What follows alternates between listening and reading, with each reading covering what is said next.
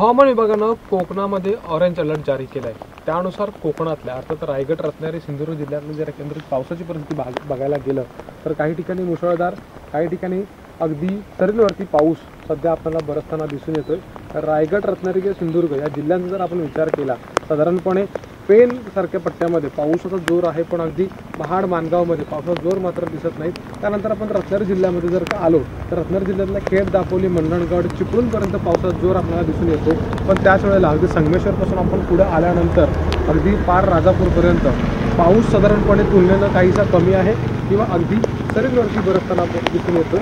आणि सिंधुदुर्ग जिल्ह्याचा विचार केल्यास अगदी सिंधुदुर्ग जिल्ह्यातल्या कणकवली असेल किंवा वैभववाडी या तालुक्यांमध्ये देखील सध्या पाऊस अगदी सरींवरती बरसतोय। काही वेळा पाऊस जोरदार बॅटिंग करतो आणि त्यानंतर विश्रांती घेतोय। तर तळ कोकणामध्ये देखील तुलनेनं पाऊस हा कमी आहे। अर्थात अशा स्वरूपाचा हा पाऊस असला तरी याचा जनजीवनावरती फारसा मोठा परिणाम झालेला नाही आहे। रत्नागिरी जिल्ह्यातल्या अगदी खेड, दापोली, मंडणगड ते पार चिपळूणपर्यंत पावसाचा जोर पाहिला तर काही ठिकाणी रस्ते वाहतुकीवरती मात्र याचा परिणाम झालेला आहे।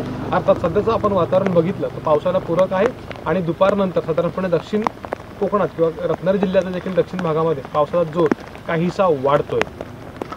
कॅमेरामॅन मेहबूब शेखसह अमोल मोरे, एबीपी माझा, रत्नागिरी। एबीपी माझा, उघडा डोळे बघा नीट।